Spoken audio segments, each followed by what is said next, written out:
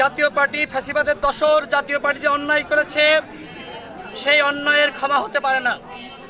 দেখেন, আওয়ামী লীগ যে অপরাধ করেছে সেই অপরাধের সারথি ছিল জাতীয় পার্টি। সুতরাং আওয়ামী লীগের সাংগঠনিক কার্যক্রম যেহেতু নিষিদ্ধ হয়েছে, আমাদের দলের পক্ষ থেকে আমরা সবসময় জানিয়ে এসেছিলাম জাতীয় পার্টি সহ 14 দলের সাংগঠনিক কার্যক্রম নিষিদ্ধ করতে হবে।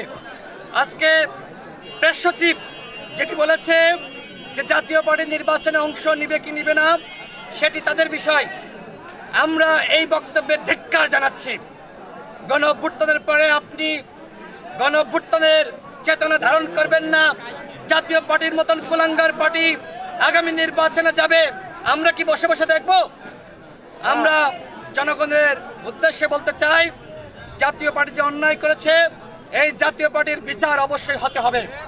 আমি আন্তর্জাতিক অপরাধ ট্রাইব্যুনালের যিনি চিফ প্রসিকিউটর রয়েছেন তার উদ্দেশ্যে বলতে চাই, আপনারা আওয়ামী লীগের বিচার শুরু করেছেন, কেন জাতীয় পার্টি এবং 14 দলের বিচার শুরু করেন নাই?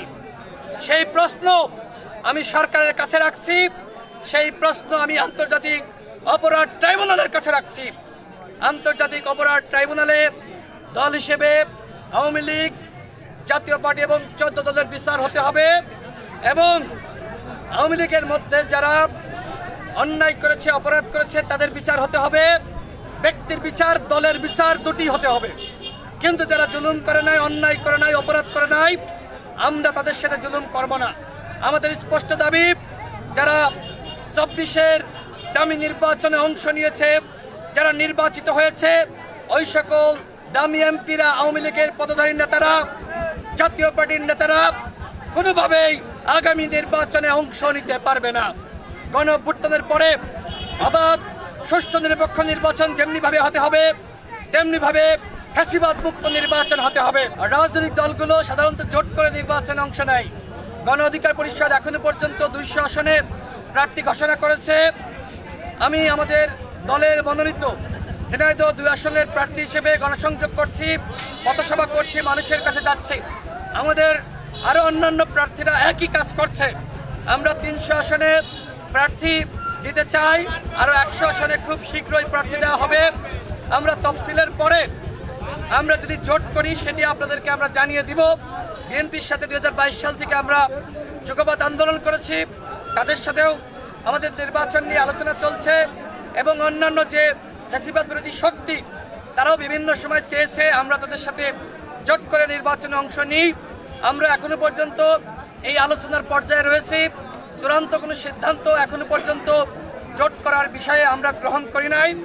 তফসিল ঘোষণার পরে আমরা সিদ্ধান্ত নিব যে আমরা কার সাথে জোট করব। একটি কুচক্রী মহল যারা চেষ্টা করছে আগামী নির্বাচনকে বানচাল করার, যারা চেষ্টা করছে আরেকটি 1-11 ঘটিয়ে শেখ হাসিনাকে বাংলাদেশে ফিরিয়ে আনার জন্য এক ধরনের ষড়যন্ত্রে তারা লিপ্ত হয়েছে।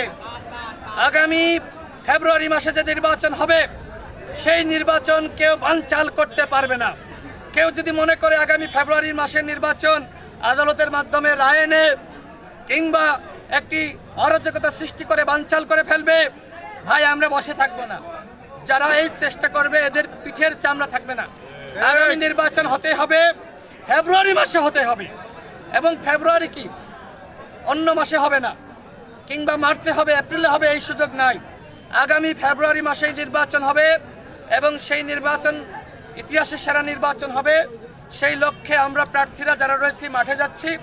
তবে একটি প্রশ্ন আমিও রাখতে চাই সরকারের কাছে, যে আপনারা কিন্তু এখনই পর্যন্ত নির্বাচনের পরিবেশ তৈরি করার দিকে পূর্ণ মনোযোগ দিতে পারেননি, বরং আপনারা এক ধরনের আমাদের কাছে ছেড়ে দিয়েছেন যে রাজনৈতিক দলগুলো তারাই পরিবেশ তৈরি করুক। এখন দলগুলো তো ঐক্যমতে পুরোপুরি আসতে পারে নাই, সেই দলগুলো মিলে নির্বাচনী পরিবেশ তৈরি করবে, সেটা কি সম্ভবপর নয়। সরকারের দায়িত্ব, প্রশাসনের দায়িত্ব আগামী নির্বাচন যাতে কলুষিত না হয়, আগামী নির্বাচন যাতে বিতর্কিত না হয়, আগামী নির্বাচন যাতে ইতিহাসের সেরা নির্বাচন হয় এবং সেই ইতিহাসের সেরা নির্বাচন করতে হলে সেরা পরিবেশ তৈরি করতে হবে অন্তর্বর্তীকালীন সরকারকে।